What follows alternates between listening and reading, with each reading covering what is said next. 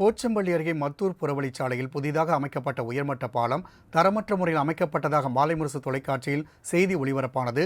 இதன் எதிரொலியாக அதிகாரி நேரில் ஆய்வு மேற்கொண்டுள்ளனர். இதுகுறித்த கூடுதல் தகவலை எமது செய்தியாளர் நாகராஜன் வழங்க கேட்கலாம். நாகராஜன், மாலை முரசு செய்திகள் தொலைக்காட்சியின் எதிரொலியாக தற்போது அங்கு ஆய்வு நடைபெற்று வருகிறது. கள தகவலை பதிவு செய்யலாம். வணக்கம் ராம்குமார். கிருஷ்ணகிரி மாவட்டம் போச்சம்பள்ளி அடுத்த மத்தூர் பகுதியில் உள்ள புறவழி சாலையில் கிருஷ்ணகிரி திண்டிவனம் தேசிய நெடுஞ்சாலை செல்கிறது. சுமார் 40 ஆண்டுகளுக்கும் மேலாக இந்த சாலையானது அமைக்கப்படாமல் குண்டும் குழியுமாக வாகனங்கள் பயணிக்க முடியாத நிலையில் இந்த சாலையானது இருந்து வந்தது. இந்த நிலையில் கடந்த 5 ஆண்டுகளாக இந்த சாலை அமைக்கும் பணிகள் நடைபெற்று வந்த நிலையில் மத்தூர் புறநகர் பகுதியில் திருப்பத்தூர், தர்மபுரி, கிருஷ்ணகிரி, திருவண்ணாமலை ஆகியவை இணைக்கும் 4 வழி சாலை மத்தூர் புறநகர் பகுதியில் 1080 மீட்டர் நீளத்திற்கான உயர்மட்ட பாலம் அமைக்கும் பணிகள் நடைபெற்று தற்போது பாலம் அமைக்கும் பணிகள் நிறைவேறும் நிலையில் தற்போது பாலத்தில் அமைக்கப்பட்ட தார் சாலை சேதமடைந்தும், மேலும் பாலத்தின் ஓரங்களில் உள்ள தடுப்புகள் பாதுகாக்கும் வகையில் அமைக்கப்பட்ட காங்கிரீட் கற்கள் சரிந்து சாலையில் விழுந்து சேதமடைந்துள்ளது.